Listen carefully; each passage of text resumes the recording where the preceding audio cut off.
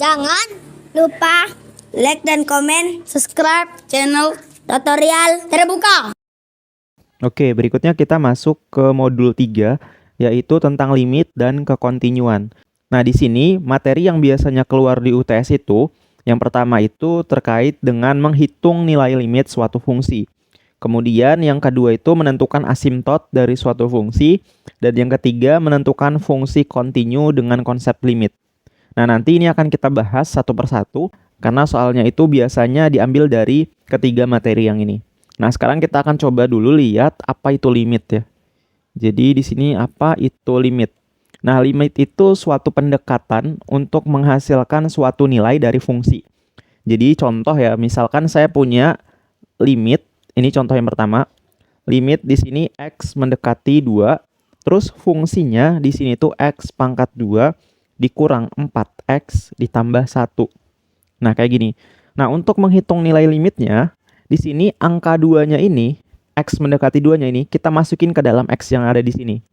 Gitu. Jadi di sini x-nya berubah jadi 2, jadinya 2 pangkat 2 dikurang x yang di sini itu berubah jadi 2 juga, jadinya 4 dikali 2 ditambah 1.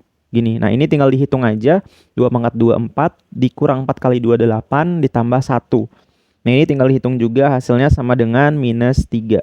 Berikutnya kita masuk ke contoh soal nomor 2. Contoh yang kedua di sini limit x mendekati 4, fungsinya di sini x pangkat 2 dikurang 16 dibagi x min 4. Gitu. Nah, caranya sama di sini. Kita coba masukkan dulu x mendekati 4-nya ke dalam x-nya. Jadi di sini tuh 4 pangkat 2 dikurang 16 dibagi x yang di sini berubah jadi 4, 4 dikurang 4. Gini, sama dengan ya. 4 pangkat 2 itu 16, 16 dikurang 16 hasilnya 0, 4 dikurang 4 hasilnya 0. Gitu. Jadi nilai limit yang ini itu sama dengan 0 per 0. Apakah ini benar? Jawabannya salah ya. Jadi pembagian dengan 0 itu nggak boleh. Nah, karena nggak boleh, gimana nih caranya kalau kita menemukan hasil limit yang nilainya itu 0 per 0?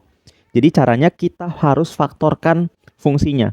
Jadi fungsi yang ini saya tulis ulang soalnya. Limit x mendekati 4.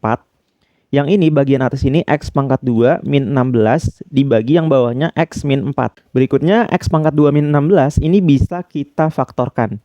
Jadi kalau kita faktorkan ini itu menjadi ini ya, jadinya x min 4 terus jadinya x plus 4 gitu. Jadi yang ini kalau kita faktorkan hasilnya yang di bawah sini. Terus yang bawahnya ini kita tulis ulang x min 4. Di sini jangan lupa ya kita tulis ulang limit x mendekati 4 gitu. Nah, ini ada yang bisa kita coret, yang ini sama yang ini. Terus kalau udah 4-nya ini kita masukin ke dalam sini. Jadinya x-nya jadi 4 ditambah 4. Jadi hasilnya sama dengan 8. Jadi nilai limit x mendekati 4 dari fungsi ini itu sama dengan 8. Kayak gitu. Nah, ini cara menghitung limit. Terus kalau teman-teman menemukan bentuk akar, nah kalau menemukan bentuk akar, nanti teman-teman kali dengan akar sekawan. Kali dengan akar sekawan ya. Jadi akar sekawan itu gimana? Jadi kalau kita misalkan ya punya suatu fungsi bentuknya kayak gini. 2 min akar x tambah 1 gitu. Kayak gini. Nah, ini akar sekawannya gimana nih? Akar sekawan. Nah, akar sekawan ya tinggal kita tulis ulang yang gini. 2 terus min akar x tambah 1. Nah, akar sekawannya ininya berubah jadi plus. Jadi di sini tuh minus, nah akar sekawannya di sini jadi plus gitu. Kayak gitu. Sekarang kita coba masuk ke yang berikutnya. Nah, di sini ada bentuk tak tentu. Nah, bentuk tak tentu ini ada aturannya ya. Jadi kalau kita punya misalkan ya punya fungsi x pangkat 5 ditambah 1 dibagi sama x pangkat 4 ditambah 1. Nah, di sini kita ditulis limit x mendekati tak hingga. Kayak gini. Nah, di sini ada aturannya. Kalau kita lihat yang bawah dulu ya. Yang bawah ini n lebih besar dari m. Nah, n itu kan pangkatnya yang ini. Sedangkan m itu pangkat si penyebutnya. Ya, pangkat tertinggi si penyebutnya. Nah, di sini kalau pangkat n-nya ini lebih besar dari m, maka hasilnya tak hingga. Gitu. Jadi kalau kita hitung ini hasilnya apa nih?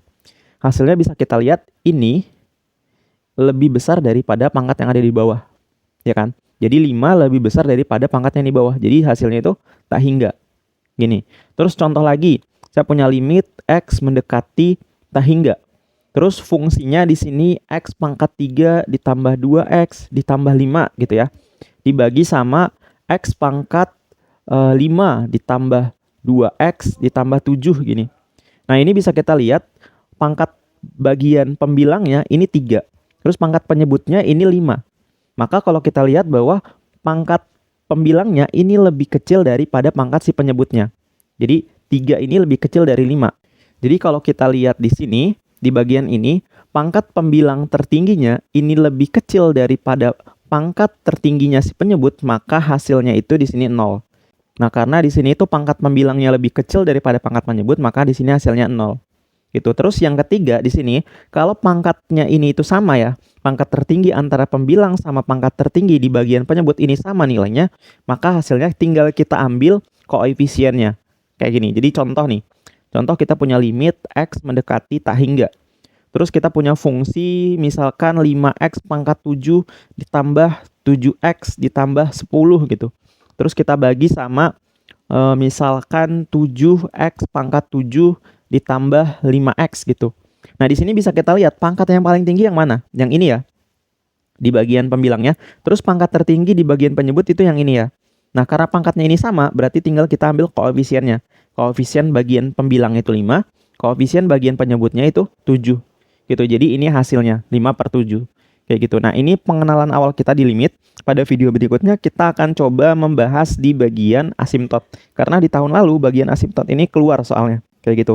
Kalau di bagian cara menentukan limit ini teman-teman ada pertanyaan, bisa teman-teman tanyakan aja di kolom komentar. Saya tutup videonya. Wassalamualaikum warahmatullahi wabarakatuh.